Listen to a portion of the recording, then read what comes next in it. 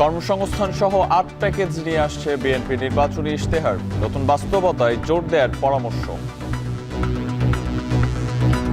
মেধাকে ধারণ করে মেরিটোক্রেসি যেটাকে বলি, এই মেরিটোক্রেসিকে এস্টাবলিশ করা, this is a challenge, but this is also an opportunity. বাংলাদেশে সুপ্রতিবেশী সুলভ মনোভাবের বার্তা দিয়েছে চেন্নাইয়ের এক অনুষ্ঠানে ভারতের পররাষ্ট্রমন্ত্রীর মন্তব্য।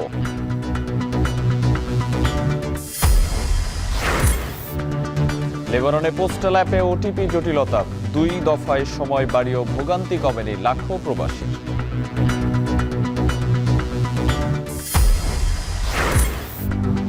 কনকনে শীতে বিপর্যস্ত জনজীবন, 17 জেলায় বইছে শৈত্য প্রবাহ। ঢাকায় থাকবে বৌদ্ধ জানুয়ারি পর্যন্ত।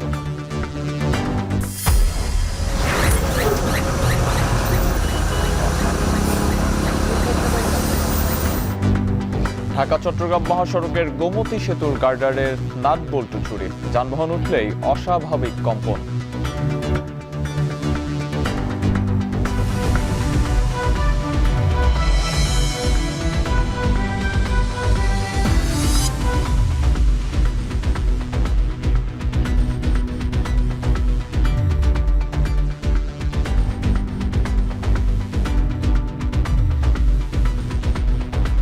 স্বাগত এখন বাজারে, পুরো আয়োজনের সঙ্গে আছি আমি আরিফুল ইসলাম সাহাব। জাতীয় নির্বাচনে কৃষি, কর্মসংস্থান, চিকিৎসা ও নাগরিক সুবিধা সহ ৮ প্যাকেজ নিয়ে ইশতেহারের ঘোষণা করতে যাচ্ছে বিএনপি। বিশ্লেষকদের মত, ইশতেহারে জুলাই আকাঙ্ক্ষা, দুর্নীতি, সুশাসনের পাশাপাশি আধিপত্যবাদ বিরোধী অবস্থান পরিষ্কার না করলে তা প্রত্যাখ্যান করবেন ভোটাররা। শুধু প্রতিশ্রুতির ফুলঝুরি নয়, নতুন বাস্তবতায় জ্ঞান নির্ভর ইশতেহার প্রণয়নের পরামর্শ বিশেষজ্ঞদের। জাওয়াদ মাহমুদের প্রতিবেদনে বিস্তারিত। আর 1.5 মাসের কম সময়ের ব্যবধানে যখন জাতীয় নির্বাচনের মুখোমুখি হচ্ছে দেশ, সে সময় বেগম খালেদা জিয়ার মৃত্যু নির্বাচনী বৈতরণী পার হতে বিএনপির জন্য চ্যালেঞ্জ হয়ে দাঁড়িয়েছে।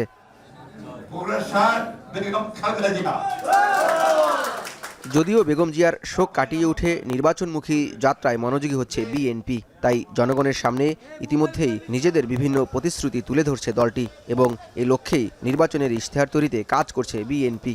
শীঘ্রই ফ্যামিলি, ফার্মার্স ও হেলথ কার্ডের মতো সুবিধা সম্বলিত 8 দফার প্যাকেজ পরিকল্পনা ও পূর্বঘোষিত 31 দফা সংস্কার প্রস্তাব নির্ভর ইশতেহার ঘোষণা করবে বলে জানায় বিএনপির স্থায়ী কমিটির এই সদস্য। তারেক রহমান সাহেব যে 31 দফা দিয়েছে, এই 31 দফাতে অনেক আলোচনা, পর্যালোচনা, বিশ্লেষণ করে উনি তো একা সবাইকে সাথে নিয়ে এটা দিয়েছেন। এইসব যে কার্ডগুলো দেবো, এটা নিয়ে আমাদের অনেক বড় পরিকল্পনা আছে এবং আশা করি যে এই পরিকল্পনাগুলো যদি বাস্তবায়ন করতে পারি, তাহলে মানুষের কাছে মানুষের যে সমস্যাগুলো এখন প্রতিনিয়ত ফেস করে, সেটা থেকে অনেকটা মুক্তি পাবে।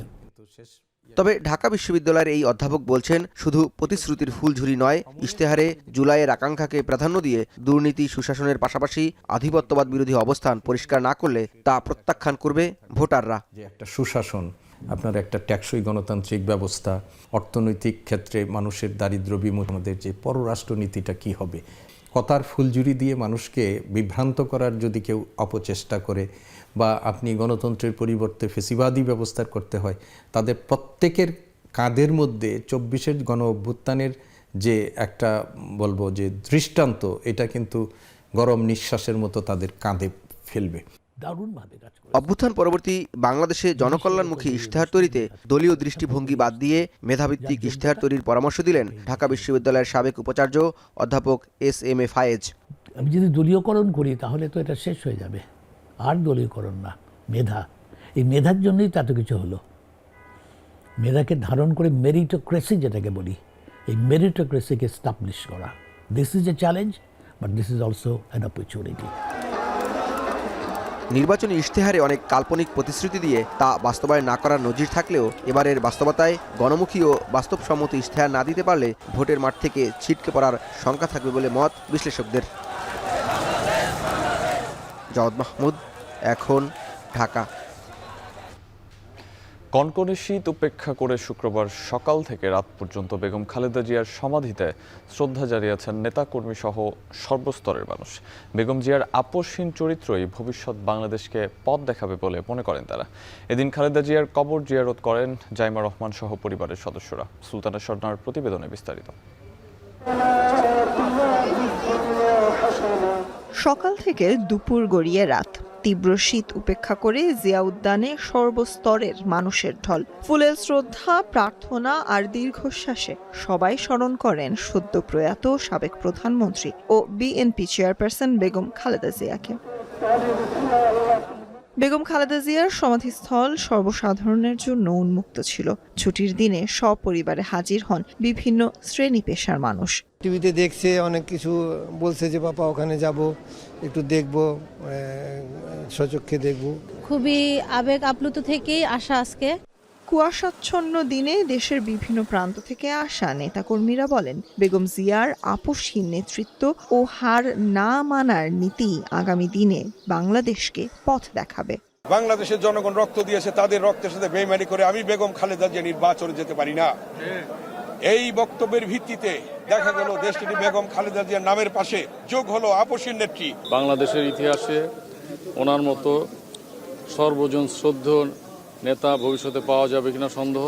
আমাদের এই মুহূর্তের অন্যতম দায়িত্ব ওনার জন্য দোয়া করা। আজকে আমরা তার কবর জিয়ারতের জন্য আমরা এসেছি। আমরা তার আত্মার মাগফিরাত কামনা করছি। শুক্রবার জুম্মার নামাজ শেষে বেগম জিয়ার কবর জিয়ারত করতে আসেন বিএনপির স্থায়ী কমিটির সদস্য মির্জা আব্বাস। বলেন, অত্যাচার, অনাচার ও স্লো পয়জনিং এর মাধ্যমে বেগম খালেদা জিয়াকে মৃত্যুর কোলে ঠেলে দিয়েছিল আওয়ামী লীগ সরকার। হেফাজত নেতা মামুনুল হক বলেন, আধিপত্যবাদের বিরুদ্ধে বেগম খালেদা জিয়ার নাম আজীবন শ্রদ্ধার সাথে স্মরণ করবে এদেশের মানুষ। দেশের মানুষের দিকে তাকিয়ে উনি সবকিছু সহ্য করেছিলেন। আজকে ওনারই আন্দোলনের, ওনারই ত্যাগের, অত্যাচারের যে সহ্যশীল ছিল, উনি সেই অত্যাচার সহ্য করে আজকে গণতন্ত্রকে এগিয়ে নিয়ে গেছেন। আজকে গণতন্ত্রের দ্বার প্রান্তে বাংলাদেশ, উনি দেখে যেতে পারলেন না, এটা সবচেয়ে বড় দুঃখ। তাদের রুহের মাগফিরাতের জন্য দোয়া করেছি। আল্লাহ যেন তাদের জীবনের গুনাহ খাতা মাফ করে তাদেরকে জান্নাত নসিব করেন। ভুল ত্রুটি যা হয়েছে মানুষ হিসাবে, সেগুলো যেন আল্লাহ মার্জনা করেন। এর আগে শোক, শ্রদ্ধা, দোয়া আর ভালোবাসায় বেগম খালেদা জিয়ার কবরের পাশে হাজির হন পরিবারের সদস্যরা। বেলা 10:30টার দিকে জিয়া উদ্যানের সমাধিস্থলে আসেন ছোট ছেলে আরাফাত রহমান কোকোর স্ত্রী সৈয়দা শর্মিলা রহমান, তারেক রহমানের মেয়ে জাইমা রহমান সহ স্বজনরা। কিছুক্ষণ নীরবে দাঁড়িয়ে থেকে দোয়া ও মোনাজাত করেন তারা।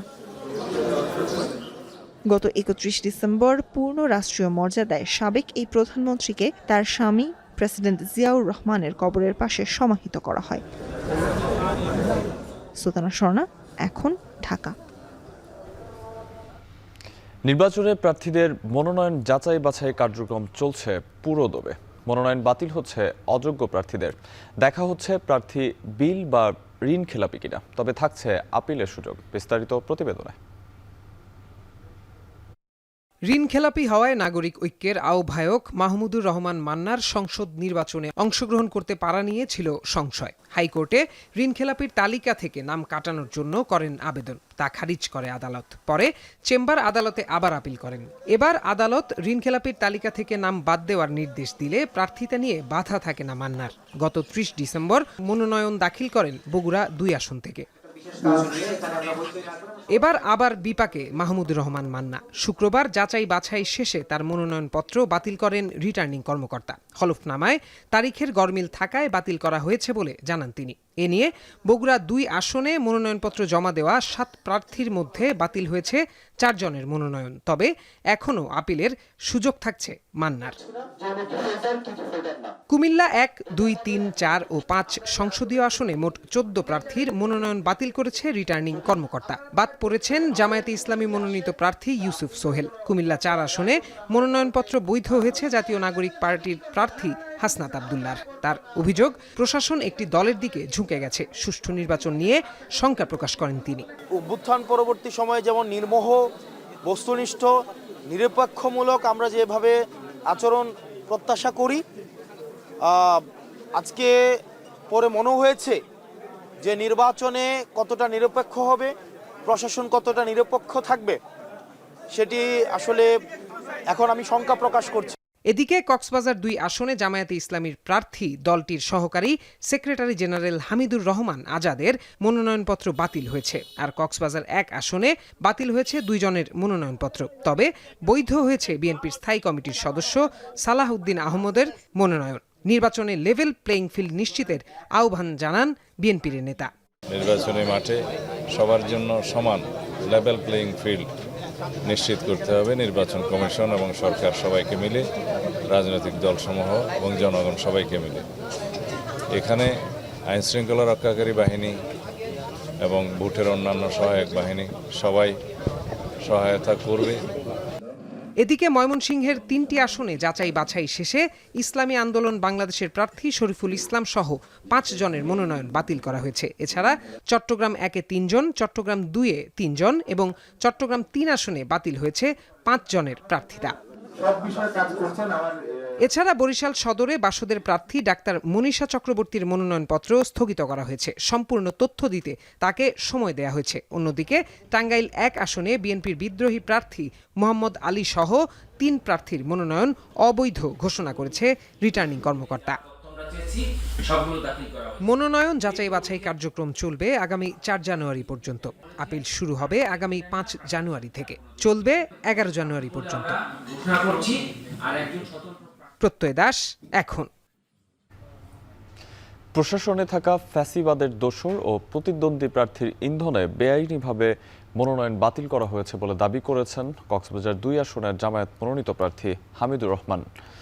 শুক্রবার রাতে জেলা জামায়াতের কার্যালয়ে সংবাদ সম্মেলনে দাবি জানান তিনি। মনোনয়ন বাতিল ঘোষণার প্রতিক্রিয়ায় সংবাদ সম্মেলনে একথা বলেন জামায়াতে ইসলামের এই নেতা।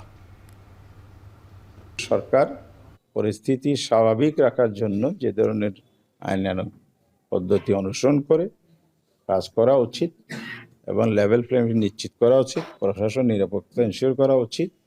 এ ধরনের অসৎ এবং এ ধরনের বায়াস, এ ধরনের ফ্যাসিস্টের দোসর, এগুলো থেকে প্রশাসনের দায়িত্ব থেকে ক্লোজ করেন এবং জাতিকে সুন্দরভাবে ভোট দিতে দেন। বাংলাদেশকে সুপ্রতিবেশী সুলভ মনোভাবের বার্তা দিয়ে এসেছি, এমন মন্তব্য করেছেন ভারতের পররাষ্ট্রমন্ত্রী এস জয়শঙ্কর। তিনি বলেন, এই মুহূর্তে বাংলাদেশ নির্বাচনের দিকে এগিয়ে চলেছে। নির্বাচন নিয়ে তাদের শুভেচ্ছা বার্তা জানিয়েছেন তিনি। বলেন, ভারত আশা করে নির্বাচনের পর পরিস্থিতি থিতু হলে এই অঞ্চলে সুপ্রতিবেশী সুলভ চেতনা বৃদ্ধি পাবে। শুক্রবার চেন্নাইয়ে আইআইটি মাদ্রাজে এক অনুষ্ঠানে প্রতিবেশী দেশগুলোর সঙ্গে সম্পর্ক নিয়ে আলোচনা করতে গিয়ে বাংলাদেশ প্রসঙ্গে কথা বলেন ভারতের পররাষ্ট্রমন্ত্রী S Jaishankar. India's growth is today a lifting tide. That if India grows, all our neighbors will grow with us. They will have many more opportunities. I think that, in a sense, is the message which I also took to Bangladesh. And yes, I mean, they are right now heading for their elections. We wish them well in that election. We hope that once things settle down, as I said, the sense of neighborliness in this region will. প্রবাসীদের ভোটাধিকার নিশ্চিতে চালু হয়েছে postal vote ব্যবস্থা। তবে registration করতে গিয়ে বড় ধরনের ভোগান্তিতে পড়েছেন লেবাননে থাকা লক্ষাধিক প্রবাসী। 2 দফায় সময় বাড়ানো হলেও কাটেনি সমস্যার জট, যদিও সমাধানের আশ্বাস দিয়েছে বৈরুতের বাংলাদেশ দূতাবাস। বিস্তারিত প্রতিবেদনে। প্রথমবারের মতো বিদেশের মাটিতে বসেই ভোট দেওয়ার ঐতিহাসিক সুযোগ পাচ্ছেন প্রবাসী বাংলাদেশিরা। তবে এটি কাজে লাগানোই এখন সবচেয়ে বড় চ্যালেঞ্জ হয়ে দাঁড়িয়েছে। লেবাননে লক্ষাধিক প্রবাসী বাংলাদেশি পোস্টাল ভোট বিডি অ্যাপের মাধ্যমে ভোটার নিবন্ধন করতে গিয়ে চরম ভোগান্তির মুখে পড়ছেন। বারবার চেষ্টা করেও মোবাইল নম্বর ভেরিফিকেশন সম্পূর্ণ না হওয়ায় রেজিস্ট্রেশন প্রক্রিয়া মাঝপথেই আটকে যাচ্ছে। প্রবাসীদের অভিযোগ, বারবার স্ক্রিনে উঠে আসছে কারিগরি ত্রুটিজনিত সমস্যা। রেজিস্ট্রেশনের সময়সীমা ইতোমধ্যে 2 দফায় বাড়িয়ে আগামী 5 জানুয়ারি পর্যন্ত নির্ধারণ করা হয়েছে। তবে অনেকেই পাচ্ছেন না প্রত্যাশিত ওটিপি। বিশেষ করে লেবাননের মোবাইল নেটওয়ার্ক ব্যবহারকারীরা সবচেয়ে বেশি সমস্যায় পড়েছেন। রেজিস্ট্রেশন করতে গিয়ে আমরা ওটিপি ঠিকভাবে পাচ্ছি না, সেই কারণে আমাদের এই ভোটার রেজিস্ট্রেশন করা ব্যাহত হচ্ছে। সরকারের প্রতি দৃষ্টি আকর্ষণ করব, প্রবাসীদেরকে এই ভোটাধিকার প্রয়োগের ক্ষেত্রে যদি একটু সহজ করে দেন তাহলে প্রবাসীরা অত্যন্ত উপকৃত হবে। আমরা প্রথম প্রবাসে থেকে ভোট দিতে পারবো। আমরা অনেক খুশি হয়েছিলাম আমাদেরকে এগুলা সুযোগ করে দেওয়ার জন্য, কিন্তু আসলে নিবন্ধনটা আমরা করতে পারতেছি না। আসলে আমরা এখন হতাশা। এদিকে রেজিস্ট্রেশন সংক্রান্ত সমস্যার বিষয়ে অবগত আছে বৈরুতের বাংলাদেশ দূতাবাস। দ্রুত সমস্যার সমাধানের আশ্বাসও দেয়া হয়েছে। ভোটাধিকার প্রয়োগে বিকল্প রেজিস্ট্রেশন ব্যবস্থা ও হেল্প ডেস্ক চালুর দাবি জানিয়েছেন প্রবাসী বাংলাদেশিরা। এখন লেবানন। সারা দেশের মতো বরিশালেও বইছে ভোটের হাওয়া। নির্বাচনে পুরুষদের পাশাপাশি নারীদের রয়েছে গুরুত্বপূর্ণ ভূমিকা। স্থানীয় অর্থনীতি, শিক্ষা ও স্বাস্থ্যের উন্নয়নে নতুন দিনের বার্তা চান নারী ভোটাররা, যা জাতীয় সিদ্ধান্ত নেয়ার ক্ষেত্রে রাখবে গুরুত্বপূর্ণ ভূমিকা। আমিনুল ইসলামের তোলা ছবিতে ফিরদাউস সোহাগের প্রতিবেদন। আগামী 12 ফেব্রুয়ারি অনুষ্ঠিত হবে ত্রয়োদশ জাতীয় সংসদ নির্বাচন। দেশে মোট ভোটারের সংখ্যা 12,76,95,183 জন। এর মধ্যে পুরুষ ভোটার 6,48,14,907 জন আর নারী ভোটার 6,28,79,042 জন। হিসেব অনুসারে মোট ভোটারের প্রায় অর্ধেকই নারী। তবে উপকূলীয় এলাকার নিম্ন আয়ের পরিবার কিংবা তৃণমূলের পিছিয়ে থাকা নারীদের কাছে ভোট এখনও খুব একটা গুরুত্ব পাচ্ছে না। এই যেমন বরিশালের চরকাউ এলাকার বৃদ্ধা আমেনা, মাঝবয়সী নাছিমা কিংবা রুমা। অর্থের অভাবে এদের খাবার জোটে না ঠিক মতো।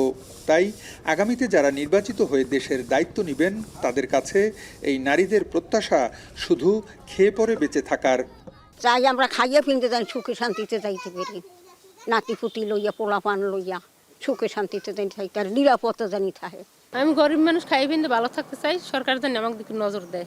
চাল ডাল যদি মগে সরকারে দিতে তবু তো মগে একটু উপকার হইতে। স্বাধীনতার 55 বছরে বরিশাল অঞ্চলে কাঙ্ক্ষিত শিল্পায়ন হয়নি। এজন্য নারী উদ্যোক্তার সংখ্যা একেবারেই কম। তাই নারীদের জন্য ব্যবসা বান্ধব পরিবেশ চান আগামী নির্বাচনে নির্বাচিতদের কাছে।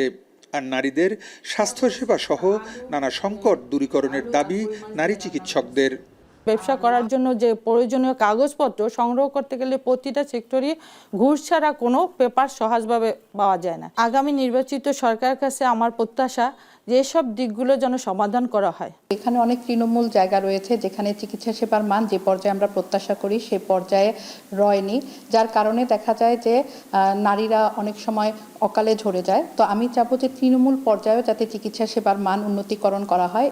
সারা দেশের মধ্যে বরিশাল বরাবরই সাক্ষরতার হারে এগিয়ে। তবে উচ্চশিক্ষা কিংবা কারিগরি শিক্ষার জন্য দেশের অন্যান্য অংশের মতো সুযোগ সুবিধা নেই।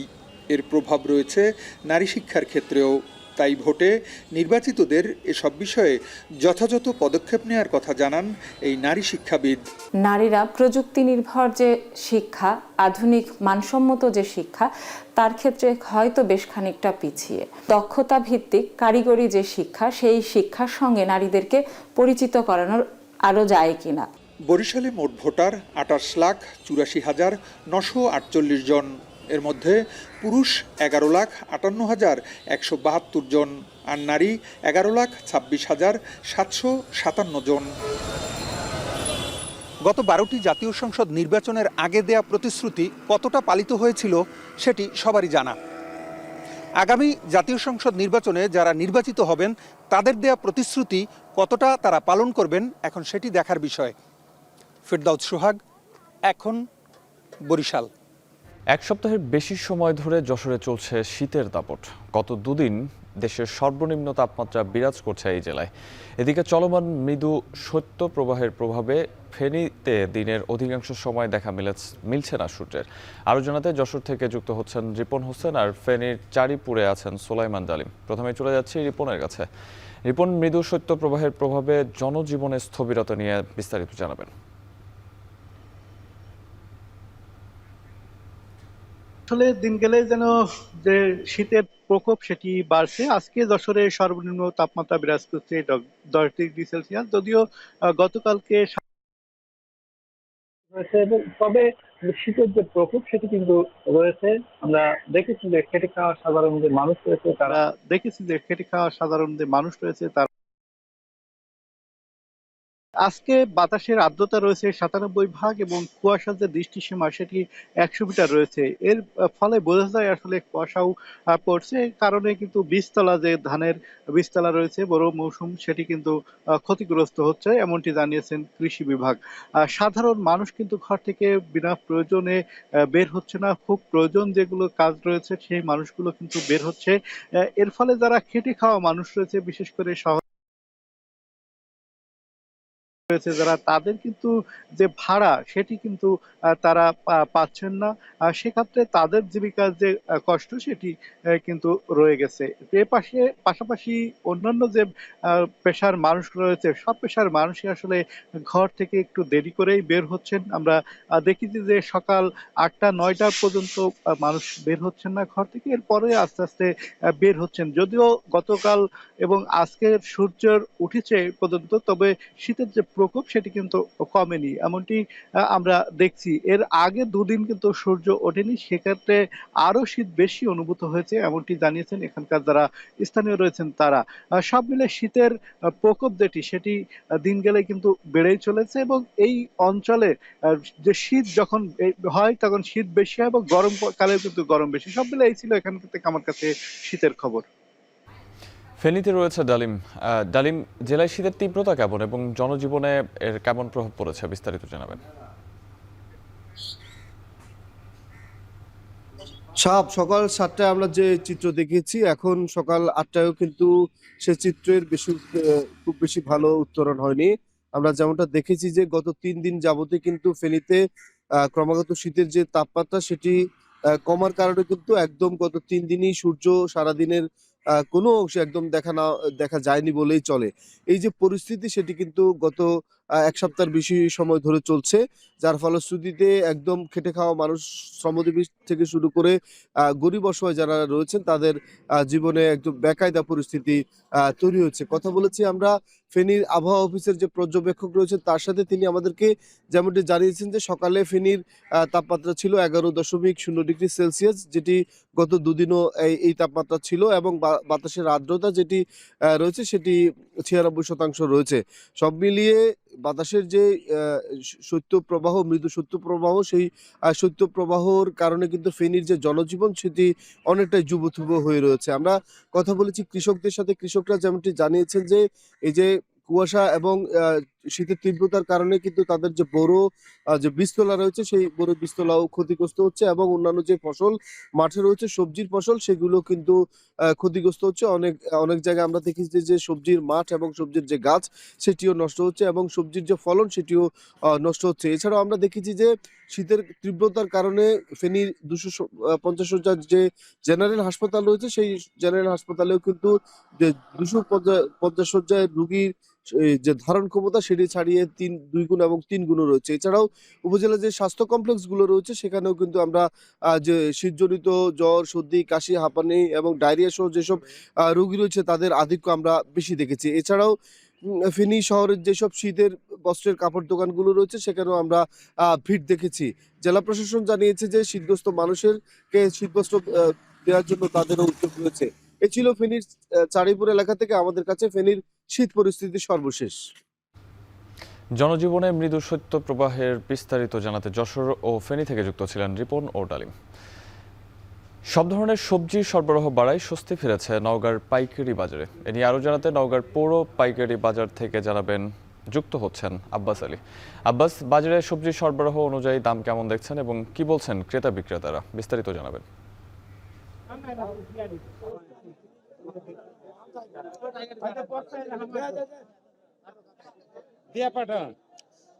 স্বভাব শীতকালীন বিভিন্ন ধরনের যে শাকসবজি রয়েছে সেই শাকসবজিতে বলা যায় যে ভরপুর বাজার, অর্থাৎ সবজির উৎপাদন যেমন বেড়েছে তেমনি হাট বাজারগুলোতে সরবরাহ বেড়েছে। আর সরবরাহ বেড়ে যাওয়ার কারণে এখন সবজির দাম অনেকটাই কম। বলা যায় যে সবজির বাজারে এখন স্বস্তি, অর্থাৎ গত ৩ সপ্তাহ থেকে সবজির বাজারে বেশ স্বস্তি ফিরেছে। বলা যায় যে সব ধরনের সবজি এখন ১০ টাকা থেকে শুরু করে ৫০ টাকার মধ্যে মিলছে। তবে দুটি সবজির দাম আমরা দেখেছি যে এখানে নওগাঁ পৌর পাইকারি বাজারে দাম একটু চড়া, অর্থাৎ বলা যায় যে করলা এবং টমেটোর সরবরাহ কিছুটা কম, যার কারণে দাম একটু চড়াই বলা যায় যে প্রতি কেজি 50 টাকা পাইকারি বিক্রি হচ্ছে। এছাড়া অন্যান্য যেসব সবজি রয়েছে সেগুলো 10 টাকা থেকে 40 টাকার মধ্যেই পাওয়া যাচ্ছে। সেগুলোর দামের কথা যদি বলি যে এখানে বেগুন বিক্রি হচ্ছে 30 টাকা কেজি, গাজর 25 টাকা কেজি, আলুর দাম এক সপ্তাহের ব্যবধানে একটু বেড়েছে বলে জানিয়েছেন এখানকার ব্যবসায়ীরা। অর্থাৎ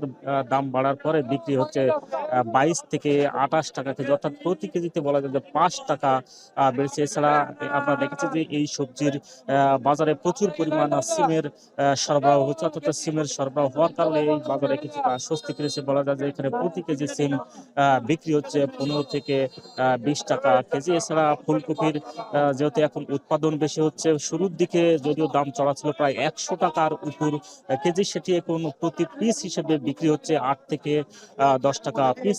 এছাড়া লাউ বিক্রি হচ্ছে 20 থেকে 25 টাকা এবং শাকও একই দামে বিক্রি হচ্ছে বলা যায় যে কেজির দরে। লাল শাক, সবুজ শাক বিক্রি হচ্ছে 20 থেকে 25 টাকা কেজি এবং যেসব পাতা পেঁয়াজের যে ফুলকা রয়েছে সেগুলো বিক্রি হচ্ছে 20 টাকা কেজি এবং মরিচ বিক্রি হচ্ছে 80 টাকা কেজি। আর এখানকার যারা ক্রেতা রয়েছেন তারা বলেছেন যে সবকিছুর দাম যেহেতু কম রয়েছে যার কারণে বাজার অনেকটা স্বস্তি ফিরেছে। তবে কৃষকরা বলছেন যেহেতু সবজির উৎপাদন করতে গিয়ে তাদের উৎপাদন খরচ একই পড়ছে, অর্থাৎ মৌসুমের শুরুতে যেসব উৎপাদন খরচ বেড়েছিল এখনো সেই অবস্থায় রয়েছে, অর্থাৎ মৌসুমের শুরুতে দাম বেশি হলো এখন দাম কমেছে, লাভের পরিমাণ অনেকটাই কম বলে জানিয়েছেন, যার কারণে উৎপাদন খরচ উঠলেও লাভ হচ্ছে না। তবে আগামীতে বলা যায় যে বড় আবাদ শুরু হলে সবজির উৎপাদন কমে আসবে, তখন দাম বাড়বে বলে জানিয়েছেন কৃষকরা। তো এই ছিল আমার কাছে সবশেষ।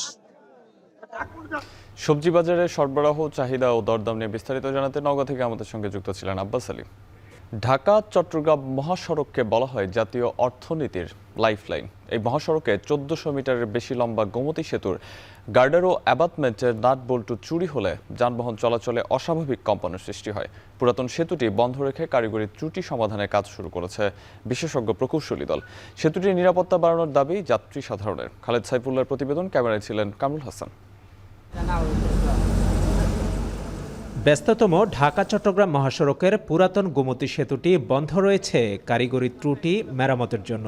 সেতুর গার্ডার ও অ্যাবাটমেন্টের মাঝখানে থাকা পট বেয়ারিংয়ের নাটবল্টু চুরি যাওয়ায় জয়েন্টগুলো বিকল হয়ে পড়ে। এতে সেতুটি মূল সড়ক থেকে প্রায় 2 ইঞ্চি উপরে উঠে যায়। ভারী যানবাহন দ্রুত চলাচলের ফলে সেতুতে সৃষ্টি হচ্ছে অস্বাভাবিক কম্পন। অস্বাভাবিক কাঁপুনি অনুভূত হলে আতঙ্ক ছড়িয়ে পড়ে চালক ও যাত্রীদের মধ্যে।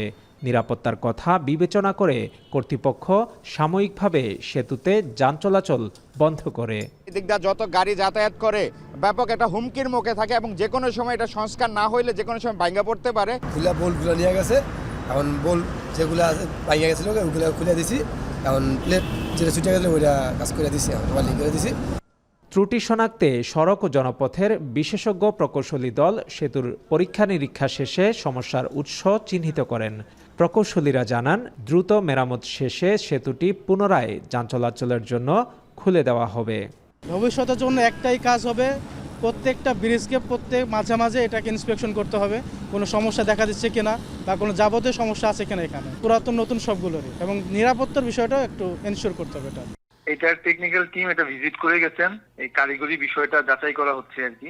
সেগুলো সম্পাদন শেষে আমরা ব্রিজটি চালু করবো আর কি। পুরো সেতু আমাদের সিসিটিভির আওতায়, কিন্তু আরো পার্টিকুলার কিছু কিছু জায়গায় আমরা সিসি ক্যামেরা ইনস্টল করবো আর কি। চুরির কারণে সেতুটির কারিগরি ত্রুটি এর নিরাপত্তাকে প্রশ্নবিদ্ধ করছে। এতে উদ্বিগ্ন যাত্রী ও সাধারণ মানুষ। যেমন গাড়িটা স্পিডে যায়, সেখানে গাড়ি এমনভাবে আপ ডাউন করে, মনে হয় গাড়ি যাইবে ওটা মনে হয়। ব্রিজটা এদিক থেকে বোঝা যাচ্ছিল যে একবার উপর নিচের হচ্ছে এরকম অনেকভাবে কাঁপছে। ভিতরে যে স্প্রিংগুলো থাকে ওগুলো চুরি করে নিয়ে গেছে। 17টি স্পেনের সেতুটি 1995 সালে নির্মিত হয় গোমতী নদীর উপর।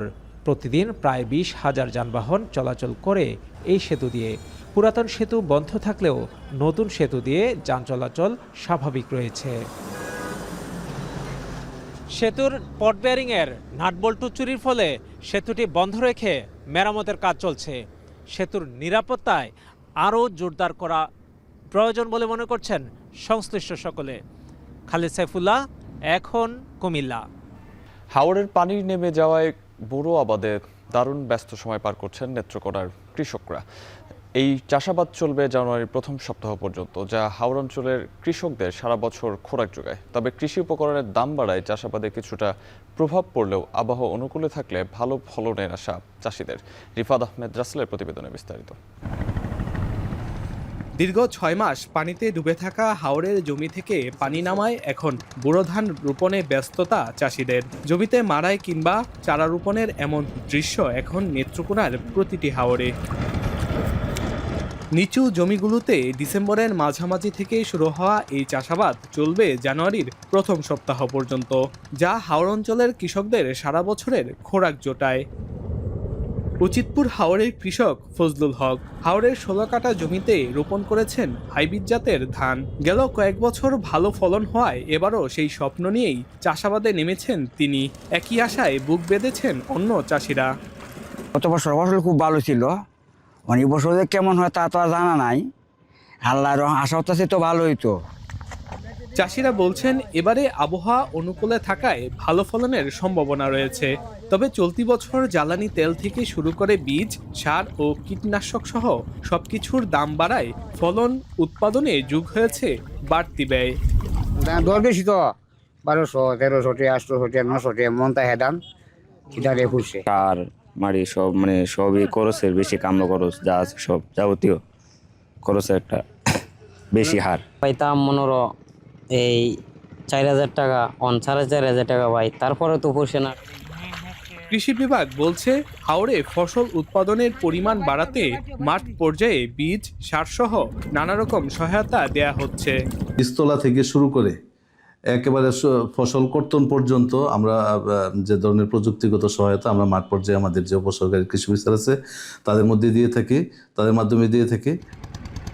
চলতি বছর নেত্রকোনায় ১,৮৫,৫৪৮ হেক্টর জমিতে বোরো ধানের আবাদের লক্ষ্যমাত্রা ধরা হয়েছে। রিফাদ আহমেদ রাসেল, এখন নেত্রকোনা। এবারে আন্তর্জাতিক প্রসঙ্গ। যুক্তরাষ্ট্রের যে কোনো আগ্রাসনের জবাব দিতে প্রস্তুত বলে জানিয়েছেন ইরানের পররাষ্ট্রমন্ত্রী সৈয়দ আব্বাস আরাকচি। ইরানের চলমান বিক্ষোভের জেরে মার্কিন প্রেসিডেন্ট ডোনাল্ড ট্রাম্পের হুঁশিয়ারির প্রেক্ষিতে এ জবাব দেন তিনি। আব্বাস আরাকচি ডোনাল্ড ট্রাম্পকে তেহরানের অভ্যন্তরীণ বিষয়ে হস্তক্ষেপের বিরুদ্ধে সতর্ক করে বলেন, দেশটির সশস্ত্র বাহিনী ওয়াশিংটনের যে কোনো আক্রমণের জবাব দিতে সম্পূর্ণ প্রস্তুত। এর আগে জীবনযাত্রার ব্যয় বৃদ্ধির প্রতিবাদে ইরান জুড়ে চলমান বিক্ষোভে পুলিশের সঙ্গে সংঘর্ষে ৭ জন প্রাণহানির ঘটনায় কড়া হুঁশিয়ারি দেন মার্কিন প্রেসিডেন্ট। শুক্রবার ট্রুথ সোশ্যালে দেয়া বার্তায় ট্রাম্প বলেন, ইরান সরকার শান্তিপূর্ণ বিক্ষোভকারীদের হত্যা করলে তাদের উদ্ধারে এগিয়ে যাবে যুক্তরাষ্ট্র। এ লক্ষ্যে মার্কিন সামরিক বাহিনী পুরোপুরি প্রস্তুত বলেও হুমকি দেন তিনি।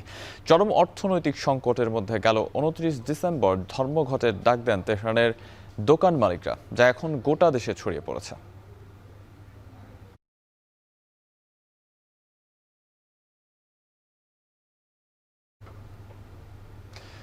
যুদ্ধবিরতির পরও জীবনযাত্রায় পরিবর্তন না আসায় নতুন বছরে হাসি ফোটেনি গাজার কয়েক লাখ বাস্তুচ্যুত ফিলিস্তিনির।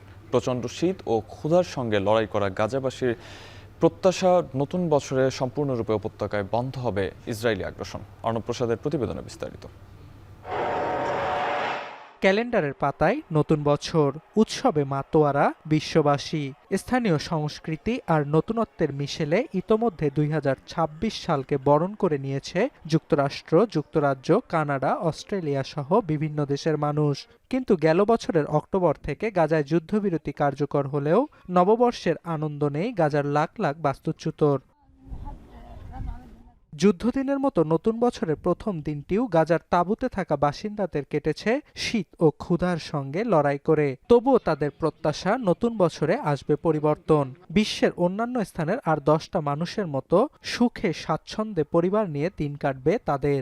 ساعدونا في إعمار غزة، ساعدونا في إحلال السلام على قطاع غزة، تكون لنا دولة مستقلة نعيشها بسلام وأمان. بتمنى لكل العالم انها تكون احسن، يعني زي ما هم عايشين العالم احنا نعيش زيهم، حتى الاطفال لا قرايه ولا كتابه ولا اي حاجه. وان شاء الله في 2026 تبقى ايام فرح وايام سعاده وبنى، واليهود ينسحبون كاملا من قطاع غزه، والناس ترجع على بلدها، ترجع على অনেকে আবার যুদ্ধবিধ্বস্ত গাজা পুনর্গঠনে বিশ্ববাসীর সাহায্য প্রত্যাশা করেন।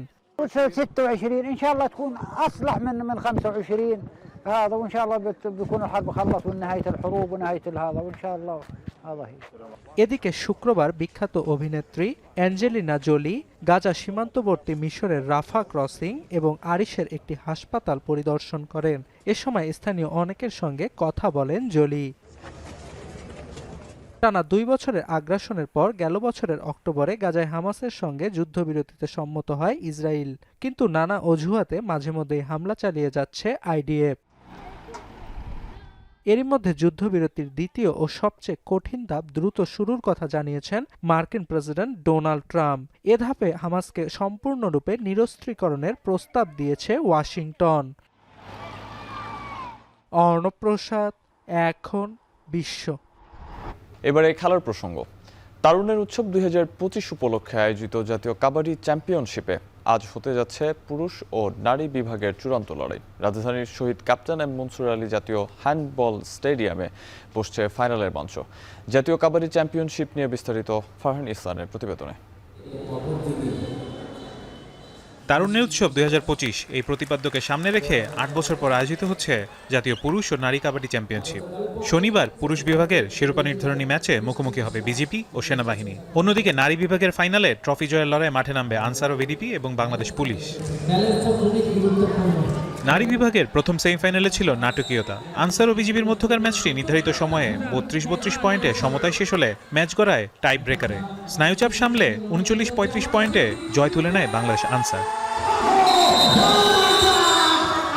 দ্বিতীয় সেমিফাইনালে একেবারে এক পেশে লড়াইয়ে রাঙামাটিকে 62-18 পয়েন্টে হারিয়ে ফাইনাল নিশ্চিত করে পুলিশ। আমাদের প্রথম থেকে খেলাটা ভালো হইতেছিল, লাস্টের দিকে আমাদের খেলাটা একটু গোলমাল হয়েছে। তারপর আল্লাহর কাছে লাখ লাখ শুক্রিয়া যে আমরা ফাইনালে উঠছি।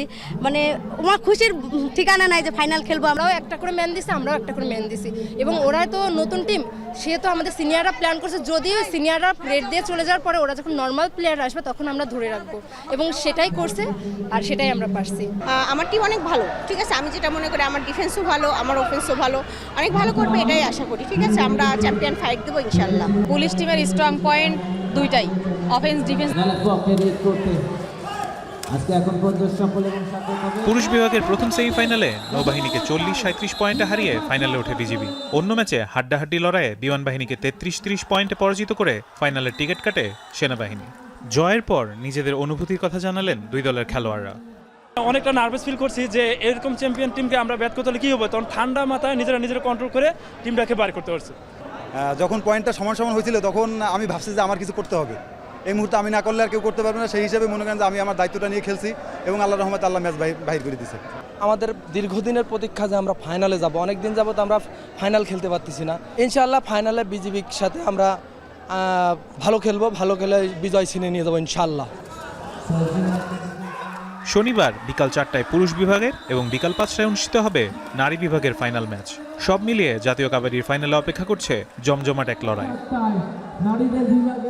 ফারহান ইসান, এখন, ঢাকা। 2026 সালে ব্যস্ত সময় পার করবে বাংলাদেশ ক্রিকেট। 2027 বিশ্বকাপকে সামনে রেখে ঘরের মাঠেই 4টি ওয়ানডে সিরিজ খেলবে মেহেদী হাসান মিরাজের দল।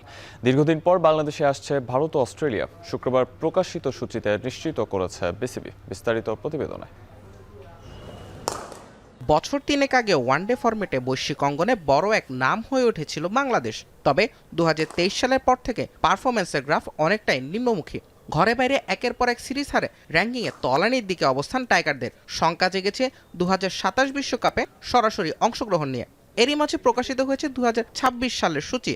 ঘরের মাঠে যেখানে শক্ত প্রতিপক্ষের বিপক্ষে একদিনের সিরিজগুলো খেলতে হবে বাংলাদেশকে।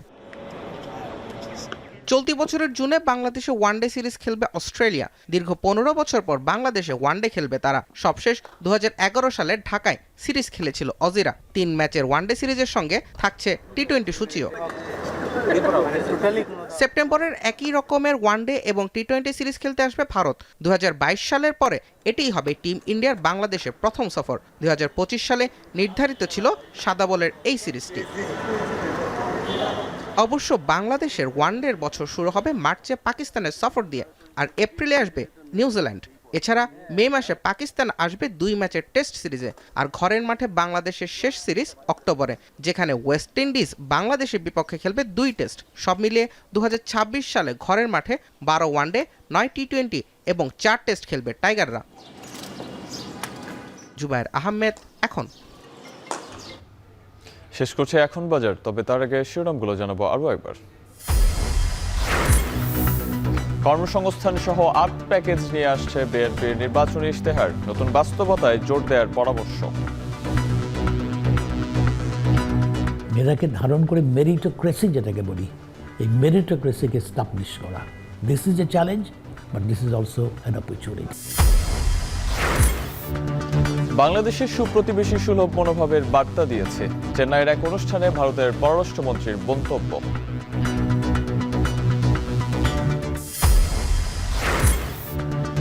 লেবাননে পোস্টাল অ্যাপে ওটিপি জটিলতা, 2 দফায় সময় বাড়িয়ে ভোগান্তি কমেনি লাখো প্রবাসী।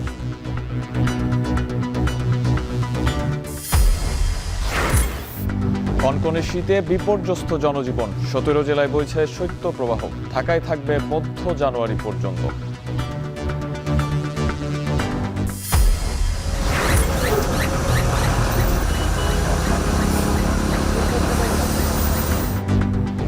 ঢাকা চট্টগ্রাম মহাসড়কের গোমতী সেতুর গার্ডারের নাট বল্টু চুরি, যানবাহন উঠলেই অস্বাভাবিক কম্পন।